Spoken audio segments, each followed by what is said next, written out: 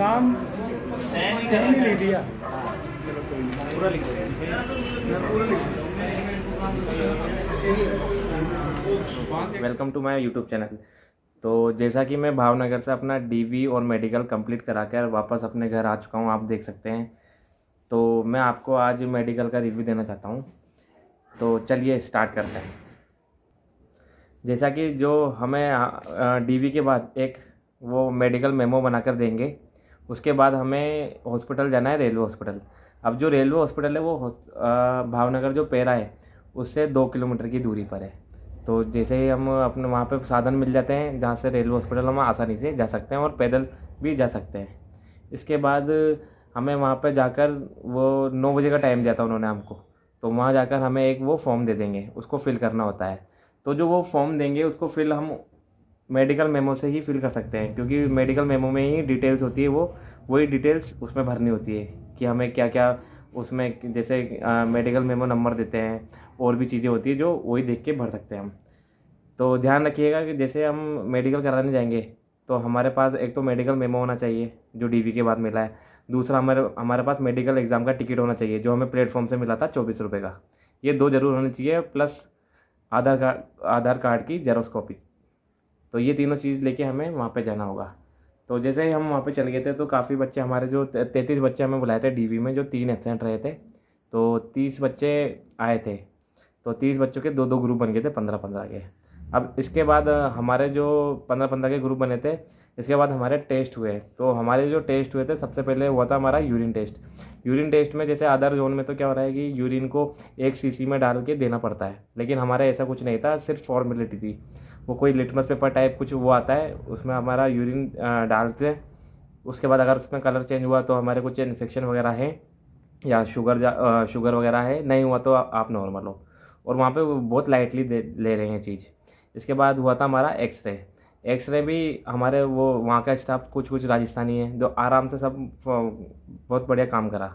इसके बाद हमें एक 15-15 जनों का ग्रुप बन गया था। तो 15 जनों को तो जैसे किसी का आई टेस्ट हो रहा था 15 जनों का, और 15 जनों का अदर टेस्ट हो रहे थे। तो मेरे जो उसमें मेरे जो ग्रुप था तो उनका सबसे पहले हुआ था, एक डॉक्टर है, एक ही डॉक्टर ने हमें चेक करा। यूँ नहीं कि हर टेस्ट के लिए अलग अलग डॉक्टर जा रहे हैं, सिर्फ एक डॉक्टर हमें अलॉट हुआ, वही हमें सारी चीज़ चेक कर रहा था, ए टू जेड उसी ने चेक करा हमें। तो सबसे पहले डॉक्टर के पास, डॉक्टर ने हमें बुलाया नाम लेकर। उसके बाद वो बीपी, उनके साथ जो चपरासी होता है वो हमारे को बीपी चेक करता है। तो बीपी चेक करते करते ही हमारा कलर ब्लाइंडनेस का टेस्ट लेना चालू कर देते हैं वो। तो बीपी पे ध्यान ही नहीं जाता। तो सबसे प्लस पॉइंट ये है कि इसमें अपन को घबराहट नहीं होती कि इससे यार हमारा बीपी हाई हो गया या कम हो गया। हमारा क्या है कि ब्लाइंडनेस, कलर ब्लाइंडनेस का वही टेस्ट करते रहते हैं। तो इससे हमारा बीपी पे ध्यान जाता नहीं है और बीपी नॉर्मल आया, मोस्टली सभी बच्चों को नॉर्मल आया। और जिसका हाई भी आ रहा है बीपी तो उसको भी कोई दिक्कत नहीं है। एक जैसे मेरा फ्रेंड है, उसका वहाँ पे 155 प्लस आया था उसका बीपी, तो उसको भी कुछ नहीं बोला। एक का 170 आया था, उसको भी कुछ नहीं बोला, बस वहाँ निक दिया। इसके बाद जैसे ही कलर ब्लाइंडनेस और बीपी हो जाता है तो हमारा फिर इसके बाद नियर विज़न देखते हैं वो। तो एक आंख बंद करके, वही चपरासी हमारा एक आंख बंद करके वो उसको पढ़ाता है, बस 2 सेकंड 3 सेकंड का 3-4 वर्ड पढ़ाता है, उसमें हमारा नियर विज़न देख लेते हैं। अब इसके बाद डॉक्टर बोलता है कि वहाँ पे एक बाथरूम है डॉक्टर के रूम में ही। तो डॉक्टर जैसे बोलता है कि अब वहाँ पे जाके आप कपड़े उतार दीजिए। तो डॉक्टर, हम अंदर जाएंगे तो डॉक्टर ने बोला कि कपड़े उतारिए।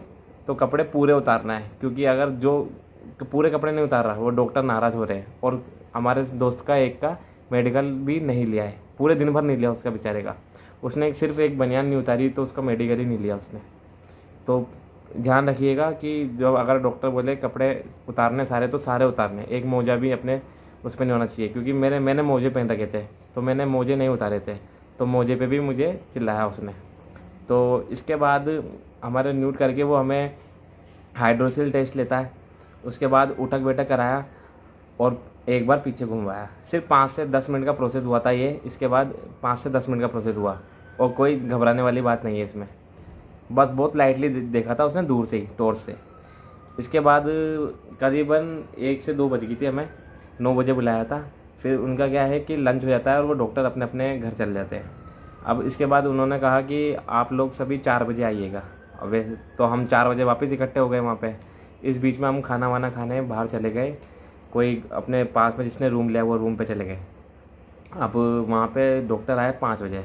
अब 5 बजे हमारा टेस्ट हुआ था आई टेस्ट, जिसमें हमारा जो सी टेस्ट हुआ था, जो सी दिखाते हैं हमें, एक तो वो हुआ था। दूसरा हमारा वो जो ब्लैक रूम होता है ना, उसी में ही लाइट बंद कर देते हैं वो, और वो हमारे कलर वो लाइटिंग का देखते हैं। जैसे इसमें 4-5 कलर की लाइट थी। एक तो रेड लाइट थी, एक ग्रीन लाइट थी, एक ऑरेंज लाइट थी, एक येलो थी, एक वाइट थी। तो 5 तरह की लाइट थी।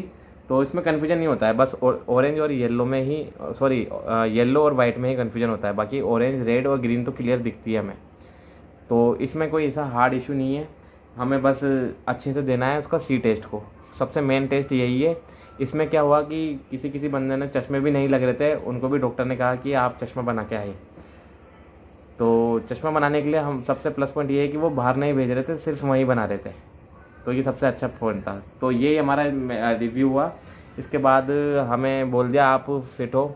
जैसे मेरा जो हुआ था उसमें मैंने कुछ गलत भी बताया था सी, लेकिन उन्होंने 2-3 बार पूछ के उसको फिट कर दिया है। तो मुझे तो जैसे A2 मेडिकल दिया है, बाकी मेरे दोस्तों के हैं जिसको A3 दिया है, किसी को B1 दिया है। चश्मे वाले जो हैं मेनली, उनको रोक नहीं रहे कि आप अगले दिन आएँ, उनको सिर्फ रोक रहे हैं और बोल रहे हैं कि लास्ट में आना। जैसे उनका कोई आई टेस्ट करा के वहीं हॉस्पिटल में आई टेस्ट हो रहा है, और वहीं आके लास्ट में वो वापस आई टेस्ट करा के दिखाने आ रहे हैं डॉक्टर को। तो किसी को एक्स्ट्रा दिन रोक नहीं रहे।